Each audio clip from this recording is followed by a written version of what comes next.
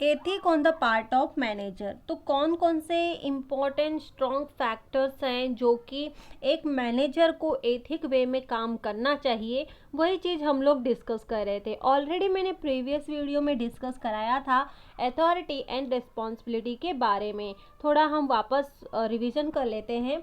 Authority और responsibility क्या होती है? तो अथॉरिटी का मतलब होता है कि आपको एक पावर दी गई है ताकि आप सही डिसीजन लें, और अथॉरिटी जो होता है रिस्पॉन्सिबिलिटी के इक्वल होता है। मैनेजर को must not misuse the authority. Manager को चाहिए कि वो अपनी अथॉरिटी का मिसयूज नहीं करना चाहिए। उसकी जो भी रिस्पॉन्सिबिलिटी होती हैं, जो भी उसने रिस्पॉन्सिबिलिटी अपनी निभाई है, तो उसको ईमानदारी से अच्छे से निभाना चाहिए। और मैनेजर को चाहिए कि वो अथॉरिटी और रिस्पॉन्सिबिलिटी को हमेशा बैलेंस में करके ही चले। टीम स्पिरिट का मतलब होता है मैनेजर को चाहिए कि उसके ऑर्गेनाइजेशन में, अगर आप मैनेजर हैं या फिर आगे चल के बनने वाले हैं, तो आपको चाहिए कि आप अपनी रिस्पॉन्सिबिलिटी और अथॉरिटी दोनों का सही तरीके से इस्तेमाल करें, दोनों को बैलेंस में लेके चलें। अभी जो मैनेजर के नीचे के होते हैं, सबॉर्डिनेट हो गए, एम्प्लॉयज़ हो गए, तो मैनेजर को चाहिए कि उन मैनेजर अपना काम बड़ी ही लॉयल्टी के साथ, ईमानदारी के साथ, कमिटमेंट और डेडिकेशन के साथ उसको काम करना चाहिए। साथ ही साथ उसको अपने वर्कर्स को हमेशा एंगेज करना चाहिए, टीम के साथ मिलके करना चाहिए, एज ए लीडर वर्क करना चाहिए।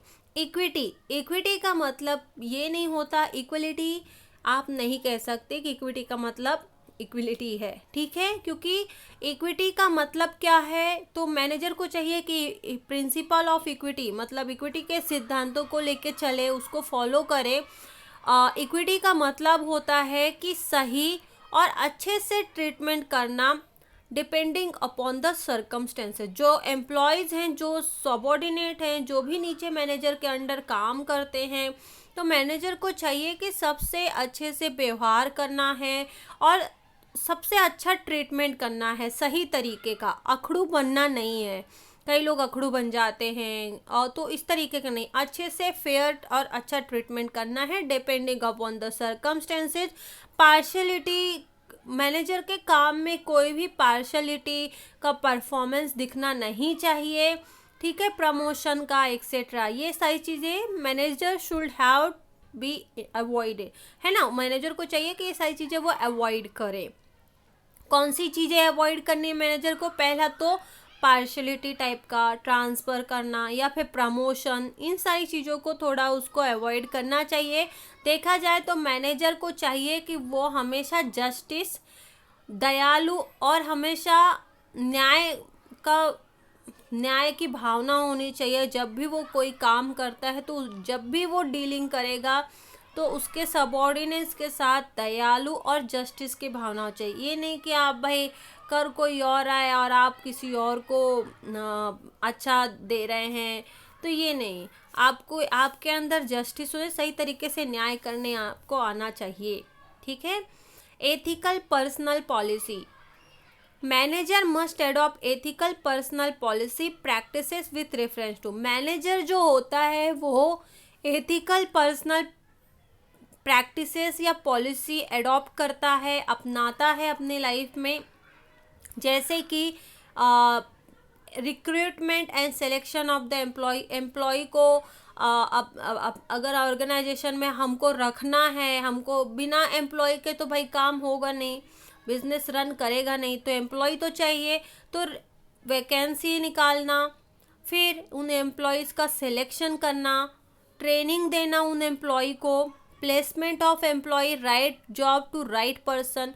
जो पर्सन जिस जॉब के लिए काबिल है उसको वो जॉब देना, ठीक है। ये चीज़ याद रखना कि जो पर्सन जिस जॉब के काबिल है उसको वही जॉब देनी है। प्लेसमेंट ऑफ एम्प्लॉय, ये बहुत इंपॉर्टेंट पॉइंट बोल रही हूँ, क्योंकि कई बार क्या होता है, इसलिए देखो इंटरव्यू में पूछा जाता है आपका हॉबी क्या है, आपको क्या पसंद है, क्या हॉबी है आपका। तो कई लोग अलग अलग चीज़ें लिखते हैं, फिर उनका चेकिंग किया जाता है, उनको लिया नहीं जाता। क्यों? क्योंकि जो इंटरव्यूअर बैठा होता है वो यही देखता है कि मैं राइट पर्सन को चूज़ करूँगा, जो कि वो राइट काम, जो मेरा जॉब है, जो मैं काम देने वाला हूँ, उस काम के लिए वो सूटेबल हो। क्योंकि अगर वो उस काम के लिए सूटेबल है, काबिल है, वो उसकी हॉबी भी मैच कर रही है उस काम में, तो डेफिनेटली वो एम्प्लॉई उसके ऑर्गेनाइजेशन के लिए बेनिफिट देगा। तो इसीलिए placement of employ, right job देना to the right person. Performance appraisal, perfectly 360 degree performance appraisal, performance भी चेक किया जाता है। Promotion, based on merit at the higher level and on senior at lower level. Promotion based on merit at the higher level and the senior at lower level. अब आपको promotion जब manager देता है तो उसको चेक करना होता है कि एक लोअर लेवल का है तो उसको ऊपर की पोजीशन देनी है, एक हाई लेवल का है तो उसको और थोड़ा हाई का देने का, तो इससे एक प्रमोशन भी करते रहना होता है। कंपनसेशन मतलब कि वेजेस देना, सैलरी देना, उसको इंसेंटिव्स भी बोलते हैं, इंसेंटिव्स देना। इंसेंटिव्स मतलब जैसे कि कॉल सेंटर, बीपीओ सेक्टर में होता है कि सैलरी 12,000 मान लो है, और बाकी का अगर आप अच्छा काम कर रहे हैं, अच्छे पॉइंट बना रहे हैं, तो आपको इंसेंटिव दिया जा रहा है, तो वो प्लस करके सैलरी के साथ में आपको मिलता है। ठीक है, तो ये सारी चीज़ें होंगी, इससे हमें समझ में आता है कि एथिकल पर्सनल पॉलिसी है मैनेजर की, जो कि मैनेजर हमेशा अडॉप्ट करता है। एथिक इन फंक्शनल एरिया। अब फंक्शनल एरिया में किस तरीके से एथिक है, तो देखो, manager must adopt ethical practices in all functional area. अब मैनेजर के फंक्शंस कौन कौन से हैं, कौन कौन से फंक्शनल एरिया हैं? Production, marketing, finance, human resource. कोई भी एक बिजनेस फर्म का फंक्शन क्या रहेगा? यही रहेगा, production, marketing, finance, human resource.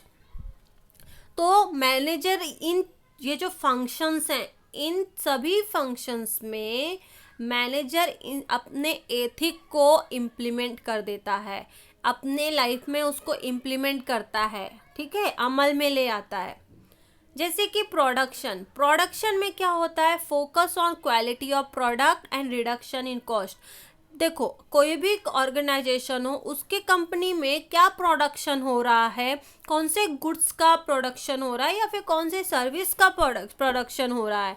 फिर मार्केटिंग भी उनको करनी पड़ती है ना। बिजनेस करते हैं जब, तो यही देखते हैं ना कि भाई प्रोडक्ट होने चाहिए अपने पास, फिर उसका मार्केटिंग करना है, फिर हमारे पास पैसा होना चाहिए, और ह्यूमन रिसोर्स मतलब कि एम्प्लॉयज़ भी होने चाहिए काम कर रहे, जो जब एम्प्लॉय काम करेगा, और फाइनेंस की फैसिलिटी भी होनी चाहिए। तो प्रोडक्शन में यहाँ पे आ रहा है कि क्वालिटी ऑफ प्रोडक्ट होना चाहिए हमारा, और कम से कम पैसा, कॉस्ट कम लगे। मतलब जब हम प्रोडक्शन करें, मान लो मैं बिस्किट बना रही हूँ पार्ले जी की, तो मुझे मेरा ध्यान देना होगा प्रोडक्शन में कि मेरा जो बिस्किट बनेगा वो क्वालिटी ऑफ बिस्किट होना चाहिए, और उसके बनने की जो कॉस्ट है वो कम होना चाहिए। That is a reduction in cost.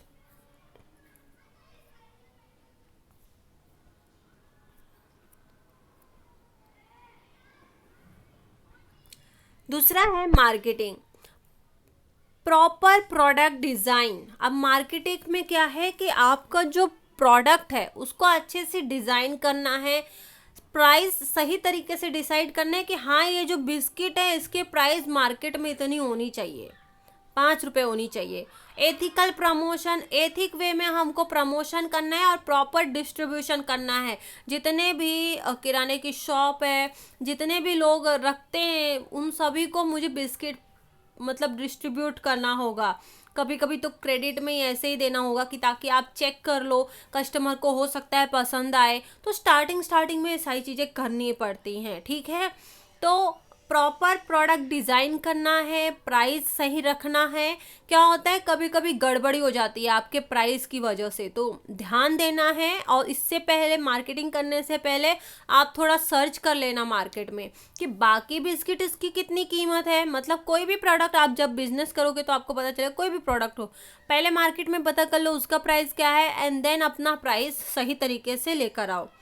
Quality of product होना चाहिए आपका, और एथिकल वे में प्रमोशन करो। कभी कभी क्या होता है कि लोग जब प्रमोशन करते हैं ना, तो आपका प्रोडक्ट अलग रहता है और वो दिखाते हैं कि भाई ये बहुत खास है। जैसे कि क्रीम होती हैं, आप देखते होंगे उपटन, ऐसे बहुत सारी क्रीम्स होती हैं जो लगाओ ऐसे मतलब बताते हैं कि ये क्रीम गोरा करता है, पिंपल्स हटाता है। तो लेकिन बाद में पता चलता है कि ये क्रीम लगाते ही और हो गया है ना, सूट नहीं कर रही है क्रीम। तो मिसलीडिंग एडवर्टाइजमेंट नहीं होनी चाहिए, तो एथिक वे में प्रमोशन होना चाहिए और प्रॉपर डिस्ट्रीब्यूशन होना चाहिए। तो ये मार्केटिंग का पार्ट हो गया। फाइनेंस में, तो फाइनेंस जो होता है वो fund obtain fund from right source and proper application of fund. मतलब कि जो पैसा आएगा हमारे फर्म में, हमारे ऑर्गेनाइजेशन में, तो सही तरीके से वो पैसा हमारे ऑर्गेनाइजेशन में आना चाहिए। और वो जो फंड है उसको प्रॉपर वे में अरेंज भी करना होता है, इसलिए फाइनेंशियल मैनेजमेंट भी होता है। ठीक है, तो मिस यूज़ का फंड बिल्कुल भी नहीं आना चाहिए, सही तरीके से आना चाहिए। फिर ह्यूमन रिसोर्स में proper human resource policy and practice. Employees को लेना, उनको सही पर्सन को सही जॉब देना, है ना, ये सारी प्रैक्टिसेस उसी में आ जाती हैं।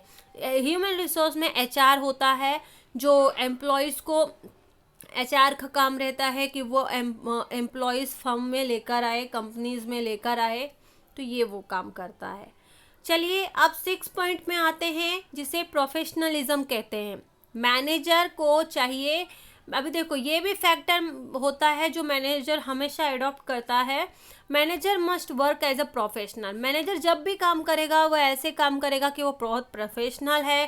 They must adopt a systematic approach in decision making.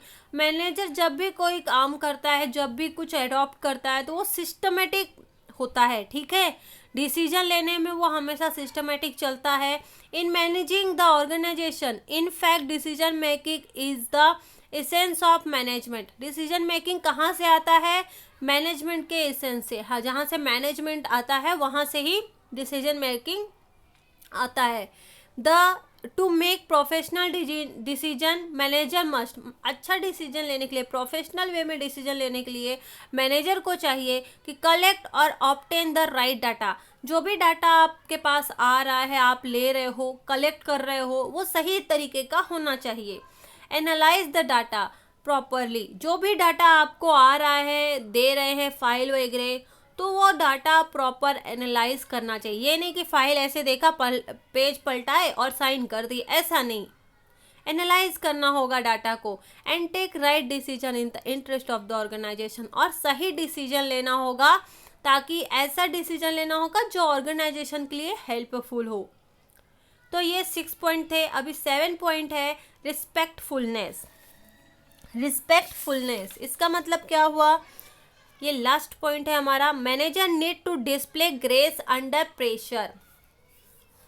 Manager को चाहिए कि जब भी प्रेशर हो तब भी, है ना, कभी कभी सिचुएशन होती है तो प्रेशर खुद में ऐसा लेना नहीं है ना, हमेशा ग्रैटिट्यूड में रहना है, प्रेशर नहीं लेना है। Manager must respect opinion and view of other managers and also the employee. जब भी वो कुछ एक्शन करने वाला होगा किसी का, तो मैनेजर को चाहिए कि बाकी लोग अगर उसको कुछ बता रहे हैं तो उसको रिस्पेक्ट करना चाहिए, उनके ओपिनियन का और उनके व्यू का। जो लोग अपने अपने व्यू से बता रहे हैं, बाकी मैनेजर्स भी जो बता रहे हैं, एम्प्लॉयज़ जो बता रहे हैं, सबके अपने अपने मत और व्यू पॉइंट को लेना चाहिए, सुनना चाहिए। Manager should adopt the practices of management of objective. Manager वही चीज़ अडॉप्ट करेगा, वही चीज़ को इम्प्लीमेंट करेगा जो मैनेजर के ऑब्जेक्टिव, मैनेजर के गोल से रिलेटेड होंगे। Respect must be shown to external party as well as customer और मैनेजर को चाहिए कि वो सामने वाले के प्रति रिस्पेक्ट शो करे, है ना, सम्मान से पेश आए, सम्मान दे। कस्टमर, डीलर, सप्लायर और भी बहुत सारे लोग, इन सभी को रिस्पेक्ट से ट्रीट करना है। Respect is always give and take. Respect हमेशा देना चाहिए। जब आप देते हैं सामने वाले को तो आपको रिस्पेक्ट अपने आप मिलती है। When a manager give respect to other, जब भी मैनेजर दूसरों को रिस्पेक्ट देता है, he will also get respect from others, वो भी डेफिनेटली रिस्पेक्ट, मतलब आपने दिया तो सामने वाला भी अच्छे से रिस्पेक्ट करता है, ठीक है।